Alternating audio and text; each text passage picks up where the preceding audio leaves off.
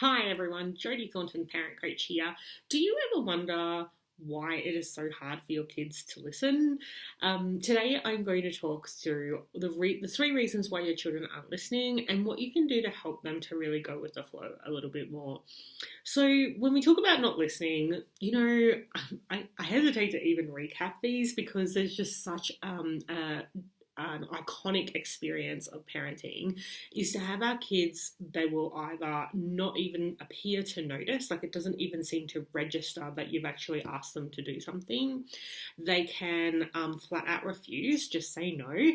They can say, yes, I will go and get my shoes on, mum, and then you'll go looking for them in their bedroom 10 minutes later and they're playing with Lego. My favourite, I think, is when kids, they hear what you say to do or not do, they look you dead in the eye and do precisely the thing that you're asking them not to do. There's so many other ways that kids can show that they're not actually listening. I want to talk about the three reasons that actually cause them to not listen and what you can do. So I'll give you some practical tips to get started. So the first reason that kids don't listen is because they genuinely don't pay attention to what you're saying. So sometimes that means they don't hear you and other times it doesn't register. And the reason for that is if we think about how the differences between how adults function and how kids function.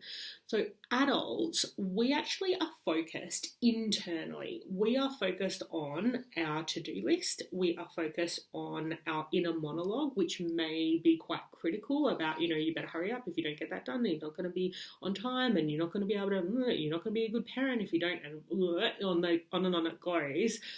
It's a very, it's almost disconnected from what our experience is. We're focused on like an internal thing, a list of what we need to do, or a sense of what we should or should be expected to do. That's what adults focus on.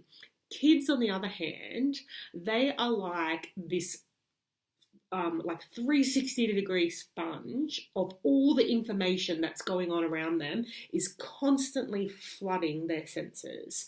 And that's part of the reason why when we say go to your bedroom and get your shoes, they see the Lego and they see the paper airplanes that they made, and they see, the outfit that they wore yesterday. They see all of these things. They don't focus on, if I need to go and get my shoes, I need to go quickly into my room, efficiently find the shoes and put the shoes on.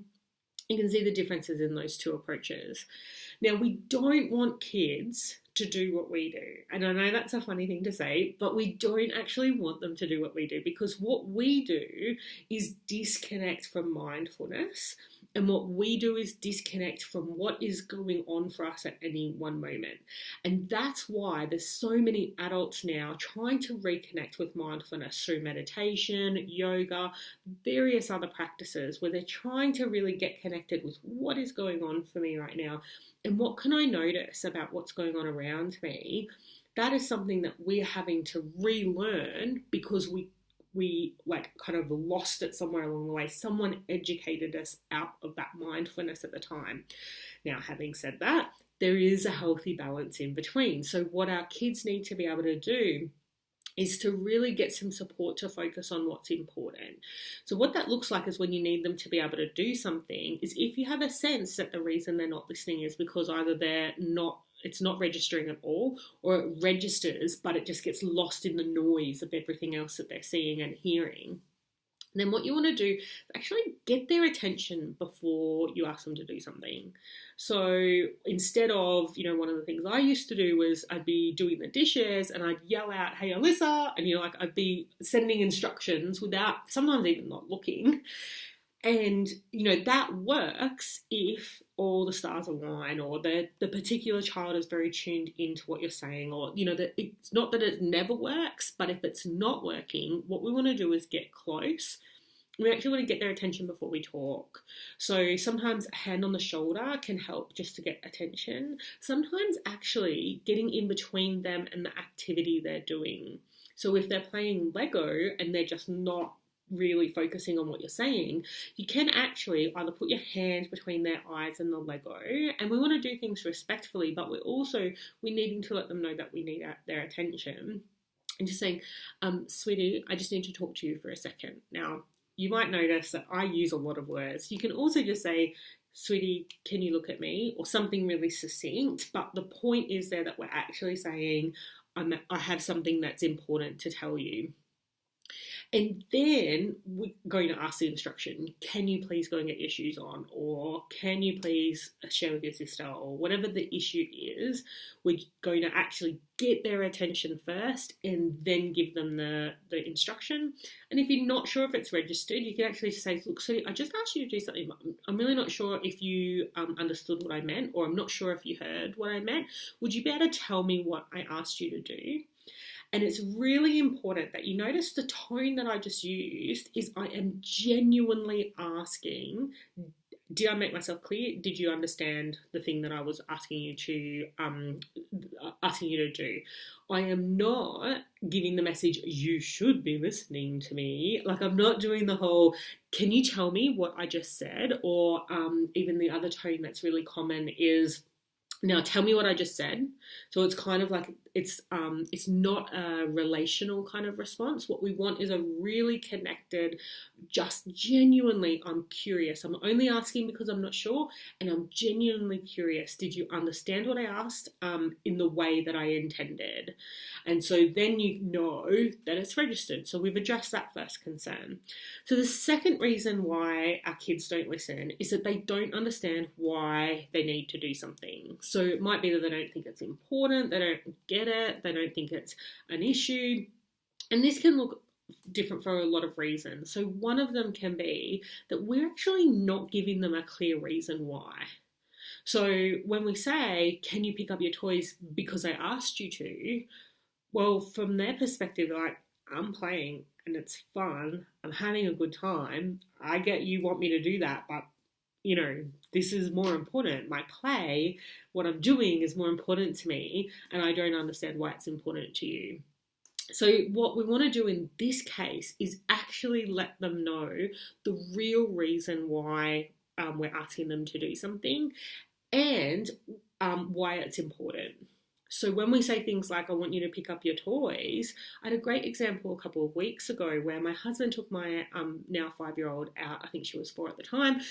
Took her out. They came away with this trinket thing, and she had left it on the floor. I had kicked it and broken it, and it was that moment of recognizing, well, you know, she should put her things away because it's because they're precious to her. And it was that moment of me realizing, is it actually precious to her or is it not? And so when I ask her to put her things away, I need to be clear. Am I asking her to put her things away if she thinks it's important to do so? So if I break it, no harm done, it was worth not bothering? Or am I asking her to put her things away because I don't want to fall over? Am I asking her to put her things away because I can't relax unless the room is tidy? What is the real reason? Not what we should teach them, but in that moment, what is the real reason that we want them to do the thing? That can sometimes take some practice. It's surprising how often, like when I started doing that, including the why, it was surprising how often I didn't have the answer straight away. It actually took a couple of seconds and sometimes a couple of minutes of me actually thinking, like, why do I want her to do this? And then we also want to talk about why is it important. So if we think about getting ready in the morning. So I want you to get ready now because I have a lot of things in my list of things to do, and it's really hard for me to remember that we've got everything done. And I'm worried that if I don't get everything done in the order, I'm worried I'm going to forget something like your hat, or I'm going to forget, or we're going to end up late, or we're going to not have done all the things that we need to do. So do you see how that's a lot different to, I just want the morning to be easy? And again, you don't have to use as many words as I do. I use a lot of words. So be true to you, but give the reason. Why is it important? So it's not just, this is why you need to do the thing, but why is it important to me? And if it needs to be done by a certain time, why is that time important? So the last reason why your kids are not listening to you is that they actually, like, what you're asking for doesn't work for them. So, for example, it's time to get ready to go to Nanny's house. I don't want to go to Nanny's house. Like, that there's not, we're going to nanny's house for a reason because we've made plans, nanny's expecting us. It's still, if they are legitimately not wanting to go for whatever reason, we're actually, that we're actually asking them to do something against their will.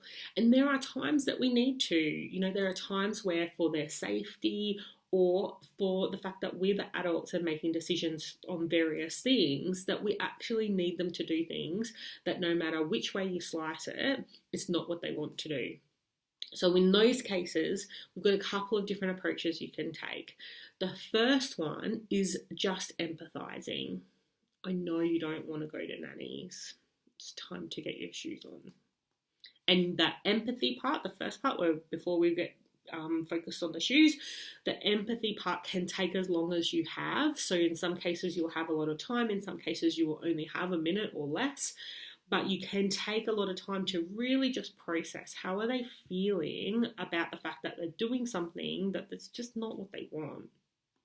The second option is to think about how you can make it like, yes, they don't want to choose to do the thing, but what else can we do that would work for them? So it's time to go to nannies. Would you like to walk to the car or would you like to jump? Or if they're small enough, would you like to run to the car or do you want me to carry you? You see how I'm creating choice where there wasn't a choice, so that they're not getting to choose whether they get in the car, but they are getting to choose how they get to the car. So, and then if we think about what are the other things that would make it enticing, it's not about don't pay attention to the thing that's not working for you, pay attention to this thing that's important to me. Instead, what we're doing is we're holding both up. So, I know you don't want to go to the car. Would you like to skip? And that we're holding those two things at the same time and choosing to go with the thing that works for them. And the reason I think that that's really important, that skill of holding the two things at the same time, is because whenever we distract ourselves from how we feel about something, those feelings don't disappear. They kind of sit. And so if you distract them, it's like, I don't want to go to nanny's house, I'm not going. And then you bundle them up and make it fun and jump into the car. Now, if the fun is enough to make them feel better, then that's fine.